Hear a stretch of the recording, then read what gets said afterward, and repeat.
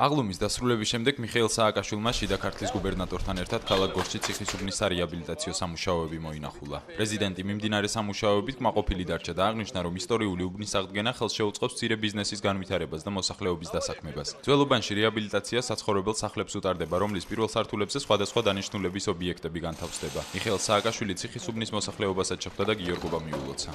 Აბოჩე მიშა სააკაშვილი ცხოვრობდა სადაც ამუბაში, ასე რომ ჩემთვისაც ისტორია, მაგრამ მე ჩემს ახლს უკან არ მოვითხო.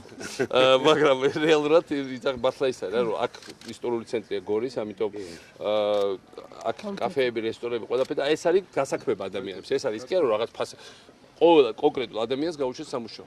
მით უმეტეს ავტომატთან ერთად გორი ძალიან მოძრაობა იზრდება, ყველაფერი კეთდება და ამიტომ აქაც რო იყოს რაღაცა უკვე ეს ეფექტს გვაწევს ძალიან სერიოზულად. მე ესეთი ჭკვიანური გადაწყვეტილება ზევით საცხოვრებელი და ქვევით სულტურის კომერციული მაღაზიები, კაფეები, ბარები, სულ გაჭირებული ცხოვრობენ. შეიძლება წარმოიდგინეთ ეს სოციალური პროგრამაა. შეგო კარგად ვიცით როგორ უჭერს ამ ხალხს, ხო?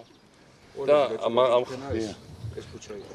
ხო და ესე ყველაზე გაჭირებულ უბაში შემოვედი, იმიტომ გვესმის რომ ყველაფერი ეს სატრაბახოთ ხვალ გვინდა. პირველ რიგში ამ ადამიანებს გაუმჯობესოთ სიცოცხლის ცხოვრება, ამისთვის კეთდება, ხო?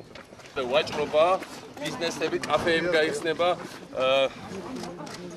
პატარა სასტუმროები გაიხსნება, ის იქნება მოძრაობა მოხდება და ამიტომ უკვე თავისთავად ძალიან მაგარია რა.